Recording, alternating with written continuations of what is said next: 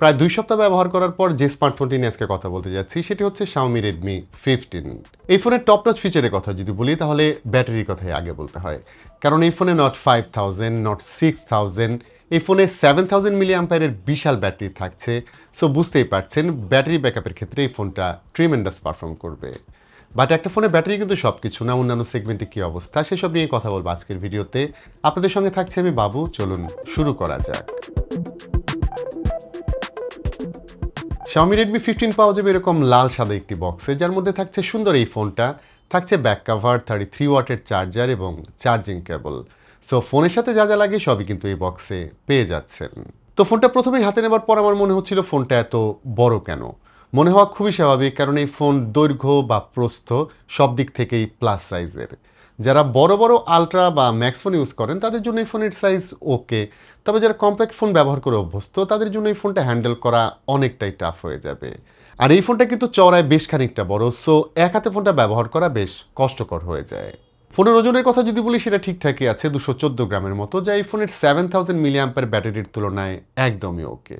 আর বড় ফোন হলেও এর ওয়েট ডিস্ট্রিবিউশন ভালো, সো ব্যালেন্সটা হাতে ঠিকঠাকই ছিল। বিল্ডের কথা যদি বলি এই ফোনটা প্লাস্টিক বিল্ড একটা স্মার্টফোন, রিয়ার এক ধরনের টেক্সচার থাকছে যেটা দেখতে ভালোই লাগে। তবে সব থেকে ভালো বিষয় হলো এখানে ফিঙ্গারপ্রিন্ট একদমই পড়ে না, সো ফোনটা দেখতে খুবই ক্লিন লাগে। আর আরেকটা বিষয় হচ্ছে এই ফোনে কিন্তু IP64 water and dust resistant rating থাকছে, সো হুটহাট পানি লেগে গেলে টেনশন করতে হবে না। হালকা পাতলা বৃষ্টির মধ্যেও এই ফোনটা ওকে থাকবে, সো অ্যাক্সিডেন্টাল ইস্যুতে আপনি একদম টেনশন ফ্রি থাকতে পারবেন। তবে এতে IP64 রেটিং থাকলেও একটা জায়গায় কিন্তু খানিকটা কমতি থাকছে, সেটা হচ্ছে প্রোটেকশন গ্লাস। এটার ডিসপ্লেতে সম্ভবত কোনো ধরনের প্রোটেকশন গ্লাস ব্যবহার করা হয়নি আমি যতদূর জানি। সো এখানে ভালো কোয়ালিটির একটি প্রোটেকশন গ্লাস অবশ্যই ব্যবহার করবেন। বাটন এবং পোর্টসের ক্ষেত্রে এই ফোনের নিচের দিকে থাকছে USB Type-C পোর্ট, মাইক্রোফোন, একমাত্র স্পিকার এবং ওপরে থাকছে Xiaomiর সিগনেচার অর্থাৎ আইআর সেন্সর। সো এই ফোনটাকে কিন্তু আপনি রিমোট বানিয়ে ফেলতে পারবেন এবং এটা দিয়ে বাসার টেলিভিশন বা এসি এগুলো কন্ট্রোল করা যাবে। বাট আইআর সেন্সর থাকলেও এই ফোনে মিসিং থাকছে সেকেন্ডারি নয়েজ ক্যান্সেলেশন মাইক্রোফোন, এবং একটু আগে যেমন বললাম এই ফোনে কিন্তু সিঙ্গেল স্পিকার থাকছে, সো ডুয়েল স্পিকারের যে মজাটা সেটা কিন্তু এই ফোনের ক্ষেত্রে পাওয়া যাবে না। তবে একটা জিনিস ভালো দেখলাম সেটা হচ্ছে এই ফোনে দুটি সিম ব্যবহার করার পরও কিন্তু আলাদাভাবে এইচডি কার্ড ইউজ করা যাবে, সো যারা বেশি স্টোরেজ চান তারা এখানে সুবিধা পাবেন।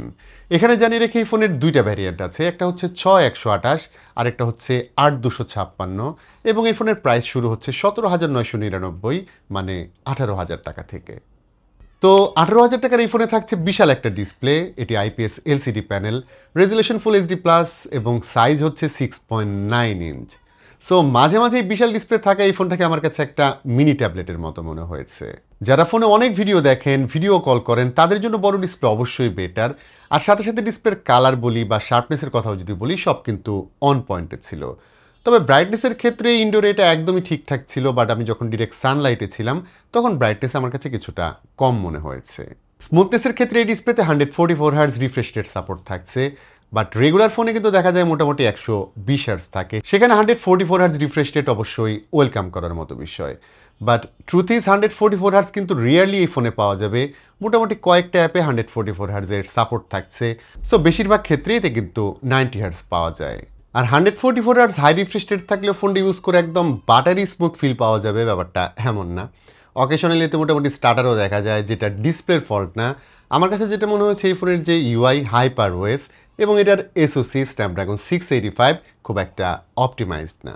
স্ন্যাপড্রাগন 685 বেসিক্যালি পাওয়ারফুল কিছু না, যেটা এর স্কোর দেখেই বুঝতে পারবেন। তবে পাওয়ারফুল না হলেও SoC সুপার এফিশিয়েন্ট এবং স্টেবল একটা জিনিস।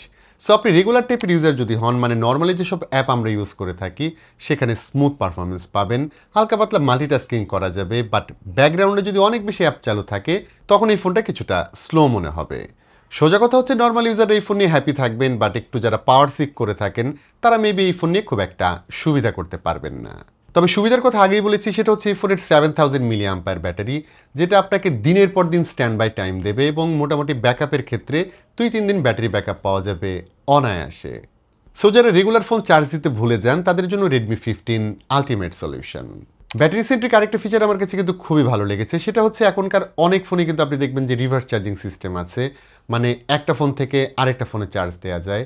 রিভার্স চার্জিং সিস্টেম রেডমি 15-এও আছে, কিন্তু এটার বিশেষত্ব হচ্ছে এটা 18 ওয়াট পর্যন্ত রিভার্স চার্জিং সিস্টেম সাপোর্ট করে, নর্মালি যেখানে 5 to 10 ওয়াট পর্যন্ত দেখা যায়।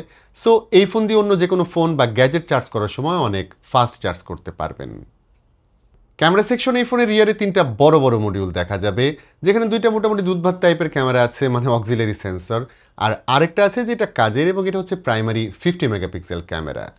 সেলফি ক্যামেরা হচ্ছে 8 মেগাপিক্সেল, এবং এটা আমার কাছে একটু কমই মনে হয়েছে। ক্যামেরার আউটপুটের কথায় যদি আসি, কোয়ালিটি আমার কাছে খুবই ভালো মনে হয়েছে, স্পেশালি 18,000 টাকা প্রাইস রেঞ্জের ফোন হিসেবে। কালার বেশিরভাগ ক্ষেত্রেই ঠিকঠাক থাকে, লাল, সবুজ বা একটু বোল্ড কালার যেসব থাকছে সেগুলো খুব একটা কম বেশি হয় না, মানে ব্যালেন্সটা সুন্দর হয়। এর সাথে স্কিন টোন বড় একটি ফ্যাক্টর, সেখানেও রেডমি 15 বেশ ভালো করেছে।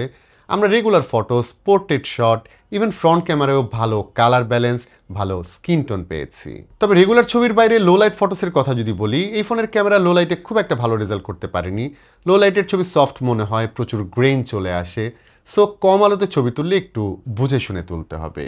আর ভিডিও ক্যামেরার ক্ষেত্রে দুটি ক্যামেরাতেই আপনি 1080 ফুটেজ শ্যুট করতে পারবেন, নো ইআইএস ও স্ট্যাবিলাইজেশন থাকছে না, এবং শ্যুট করা যাবে অনলি 30 এফপিএসে, 60 এফপিএসের কোনো অপশন থাকছে না।